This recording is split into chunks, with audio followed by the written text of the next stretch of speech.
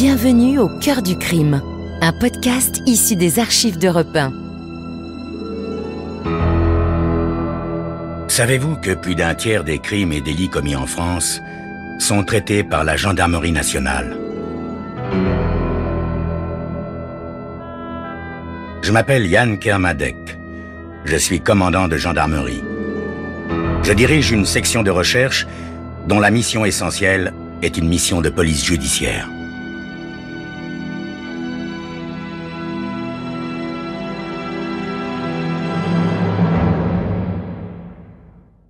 L'histoire que je vais vous raconter est une histoire vraie.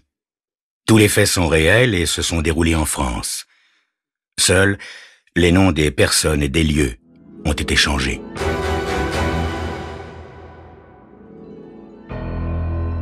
Tom Howell écrase sa cigarette dans le cendrier, tout en dévisageant d'un air pensif les 11 hommes qui l'entourent. Leur expression est sévère, grave et solennelle. Ils commencent tous à accuser la fatigue et certains sont énervés de la longueur des délibérations. En effet, en tant que membres du jury, ils ont délibéré 31 heures sur l'affaire Eccles. Le vote a donné 11 voix pour la mort et une seule pour l'acquittement. Maintenant, pressés par le juge de prendre une décision, les 11 hommes concentrent toute leur attention sur le seul vote qui sépare Jack Eccles de la chaise électrique. Tom allume une nouvelle cigarette. Lui aussi en a plus qu'assez. Il souhaite vraiment très fort être de retour à son travail dans le drugstore où il est employé, ou mieux, chez lui avec sa femme Jane et son fils Randy. Il n'aime pas ce pouvoir qu'on lui a donné de sauver ou de détruire la vie d'un homme par une décision univoque et définitive. Tom Howell est petit, malingre et porte de grosses lunettes. Et tandis que les autres membres du jury portent de beaux costumes, il est lui-même proprement mais modestement vêtu. Le président du jury, le Dr McNair, est un homme lourd au teint coloré qui jouit d'une certaine notoriété. Tolérant et diplomate par nature, il a pourtant voté pour la mort. Les autres, quelques hommes d'affaires florissants, ont aussi voté pour la mort dès le premier tour. Le leader avoué de ceux qui ont voté pour la mort est un certain Carl Purvis. Cet homme en pleine santé, gros propriétaire terrien, possède entre autres affaires une quincaillerie où Tom Howell a jadis travaillé. Il y a quelques années, Purvis a mis Tom à la porte dans un accès de colère pour une petite erreur faite dans une commande à un fournisseur. À 55 ans, Carl Purvis jouit d'une certaine influence politique en ville et fait généralement preuve d'une impatience et d'une intolérance extrême devant une opinion contraire à la sienne. La voix du Dr McNair interrompt le silence pesant. « Tom, nous voulons arriver à une décision avant ce soir, mon garçon. Nous avons déjà passé trop de temps sur cette affaire. Maintenant, je voudrais vous demander de répéter devant nous les arguments de votre position. » Tom prend un léger temps avant de répondre. « Docteur, le juge nous a dit que s'il subsistait un seul doute sur la culpabilité d'Eccles, nous ne devions pas le condamner à la peine de mort. Or, j'estime que ce doute existe. Je sais bien que la police a fait ressortir le fait qu'Eccles a été pris la main dans le sac avec le revolver qui avait tué le policier 3 mois auparavant. Je ne prétends pas que ce n'est pas le même revolver. Les experts en balistique l'ont prouvé. Mais Eccles affirme avoir acheté ce revolver à un type qu'il connaissait à peine au moment du meurtre. C'est pourquoi je dis qu'on peut douter du fait qu'Eccles possédait ou non ce revolver lorsque le policier a été tué. « Mais vous pensez bien qu'Eccles n'avouera jamais avoir été en possession du revolver au moment du meurtre !» dit soudain Carl Purvis. « Vous ne le feriez pas non plus à sa place, voyons !» Je ne sais pas, monsieur Purvis. Mais je répète qu'il n'y a aucune preuve qu'Eccles possédait ce revolver avant le meurtre. Évidemment, il s'en est servi pour dévaliser le supermarché, mais je ne crois pas qu'un type qui a tué quelqu'un soit assez stupide pour conserver l'arme du crime. Ce serait de la folie et il le savait parfaitement. Encore faudrait-il qu'Eccles soit intelligent. Et qui plus est, il a passé la moitié de sa vie en prison. Mais si c'était un vrai criminel, Monsieur Purvis, il me semble qu'il aurait au moins eu l'idée de se débarrasser de l'arme après avoir tué le policier. Pour ma part, je crois qu'il l'a acheté à celui qui a fait le coup, sans même savoir que l'autre s'en était servi pour descendre un policier. Je suis de l'avis de Monsieur Purvis, Tom, intervient le docteur McNair. L'accusé n'est pas très intelligent, sinon il n'aurait pas fait de si fréquents séjours en prison. Savez-vous, Tom, qu'il a violé une jeune fille quand il avait 17 ans?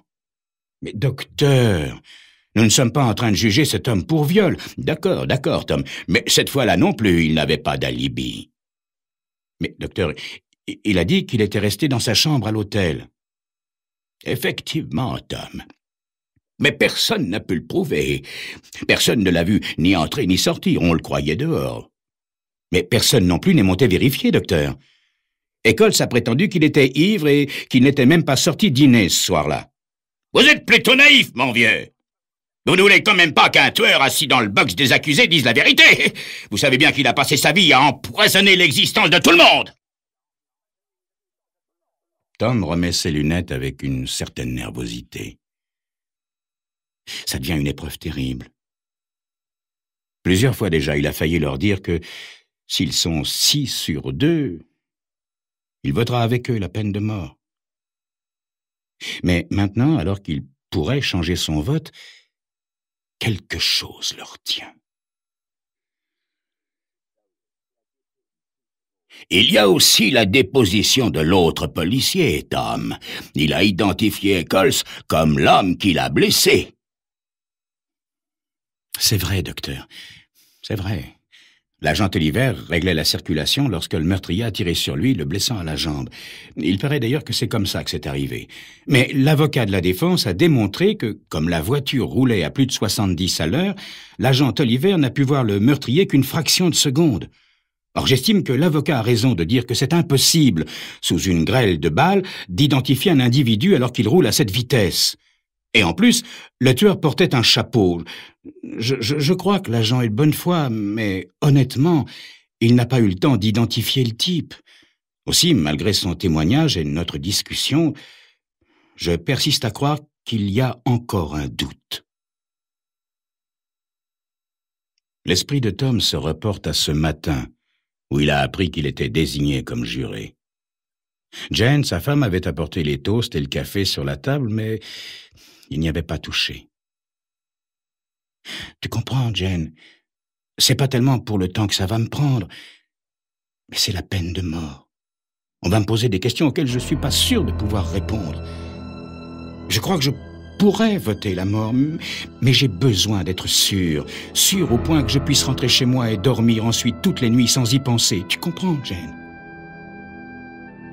Oui, Jane le comprend. Elle est consciente de la peur qui le ronge, consciente de son incertitude. Tom peut-il reculer maintenant et se ranger à l'opinion des autres jurés? Quelle décision va-t-il prendre? C'est ce que vous saurez dans quelques instants.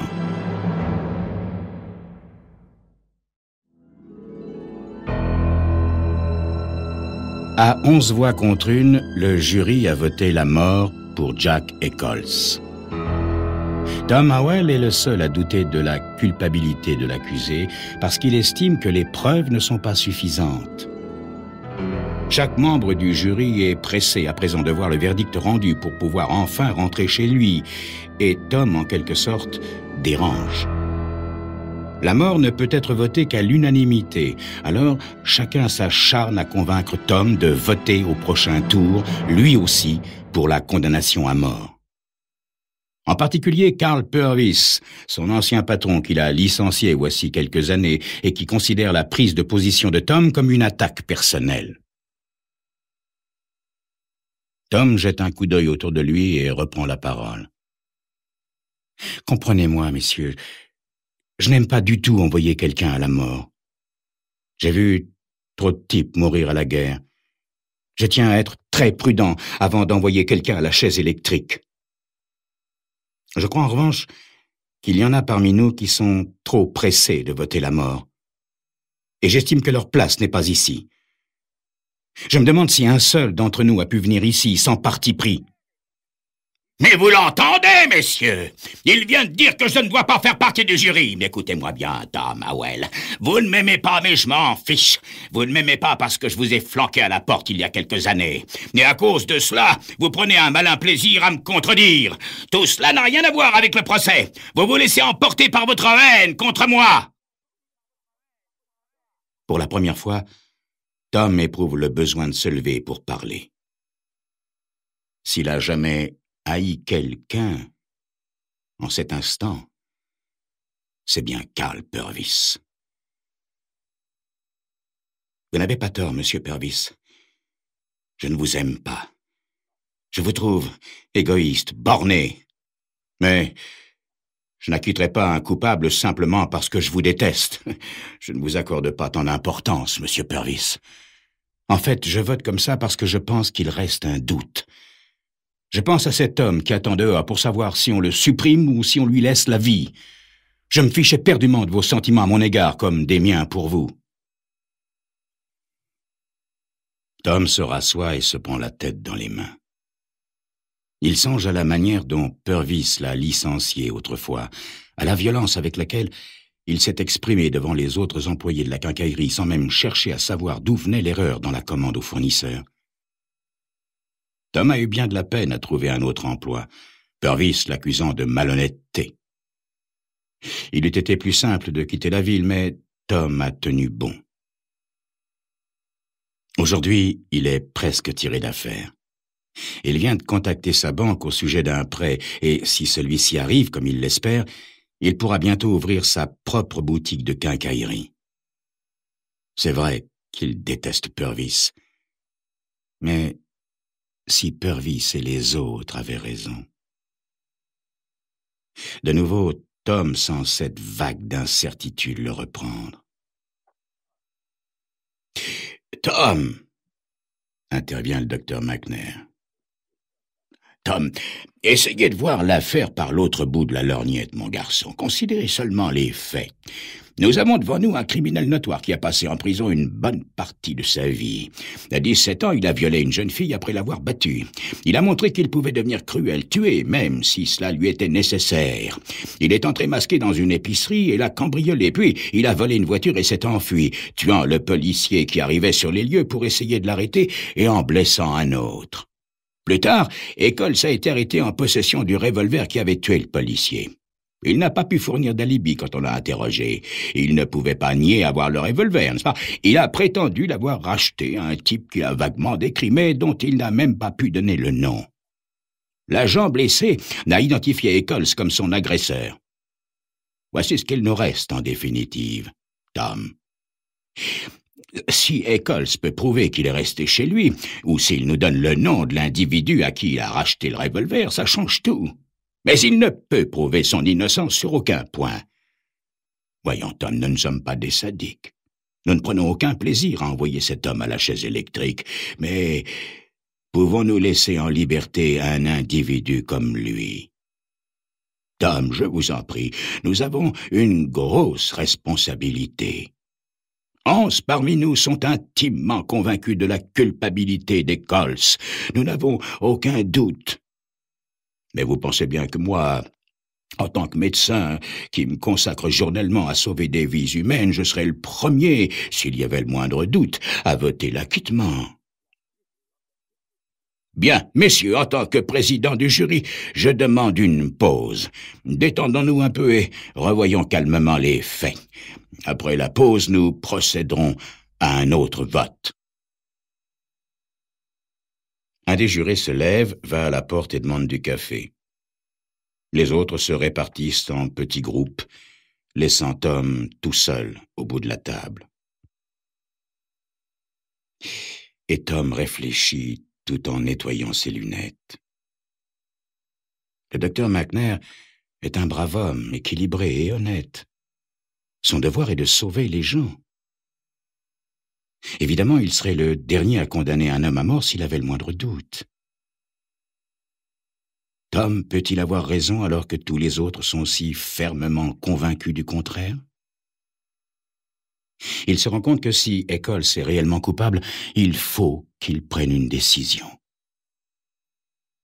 Le revolver, le manque d'alibi, l'identification par le policier, tout cela paraît suffisant. Mais, sans savoir pourquoi, Tom ne peut s'en satisfaire. Il se souvient alors du regard des habitants de la ville après son renvoi de la quincaillerie Purvis. Certains devaient le croire malhonnête, et il ne pouvait se défendre. N'est-ce pas sa propre expérience qui l'empêche de croire à la culpabilité de Jack Eccles? A-t-il réellement un doute? Il se pose la question. Les autres sont sûrs d'eux, ils ont tranché sans aucun malaise. Oh, si seulement l'un d'entre eux pouvait hésiter, tout serait différent. Mais il est le seul. Écrire coupable tout à l'heure sur le bulletin. Un mot, un simple mot, et sa responsabilité tout entière se trouvera dégagée. Soudain, Carl Purvis s'avance pour lui parler. « Écoutez-moi bien, Tom. Je sais que vous avez demandé un prêt à la banque et qu'avec cet argent, vous voulez ouvrir une quincaillerie, ça m'est égal. Ça m'est égal, il y a de la place pour deux dans notre ville. Mais je vais vous dire ceci, mon petit garçon. Vous savez que j'ai du poids dans le conseil d'administration de la banque. Aussi, voici ce que je vous propose. Ou bien vous votez avec nous et vous aurez votre prêt, ou bien vous votez contre nous et je m'y opposerai. Pour moi, cet homme est coupable et nous devons en débarrasser la société. Tenez-vous-le pour dit. » Purvis repart et Tom, malgré sa colère, s'efforce de réfléchir. Oui, Carl Purvis est bien capable de tenir parole. Et lui-même, Tom, est-il tellement sûr de l'innocence d'Eccles qu'il puisse consentir à lui sacrifier son propre avenir? La main du docteur McNair se pose soudain sur son épaule.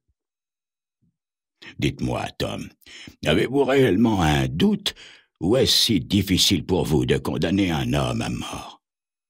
Avez-vous réellement un doute? Oui, docteur. Parce que rien ne me prouve qu'il est coupable. Et je dois voter sur ce que je sais et non sur ce que je ressens. Messieurs, nous ferions mieux de recommencer. Messieurs, je vous demande de prendre un crayon et du papier et de voter en toute honnêteté. Chacun s'empresse de griffonner et de plier son bulletin avant de le déposer sur le plateau tendu par le docteur McNair. Tom les observe avant d'écrire. Il pense au prisonnier qui attend en bas le verdict. Il pense à sa femme, à son fils, à la petite boutique de quincaillerie dont il a tant envie.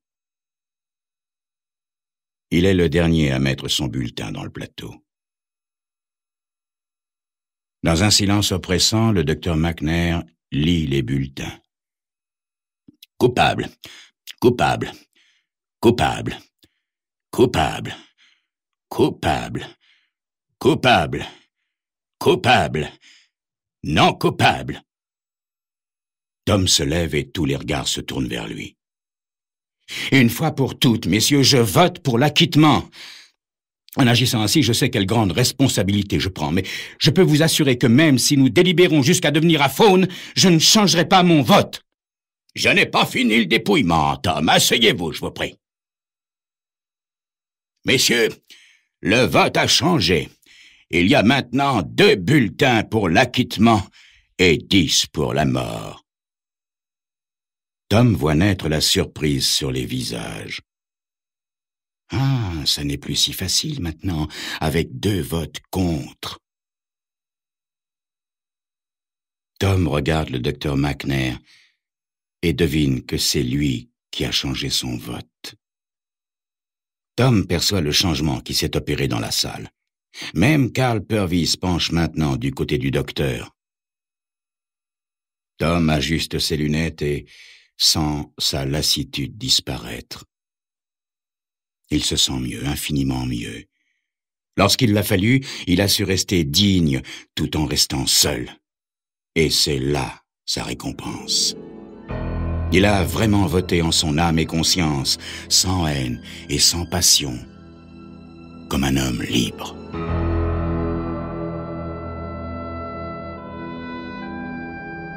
Vous venez d'écouter Au cœur du crime, un podcast issu des archives d'Europe 1. Réalisation, Julien Tarot. Production, Estelle Lafont.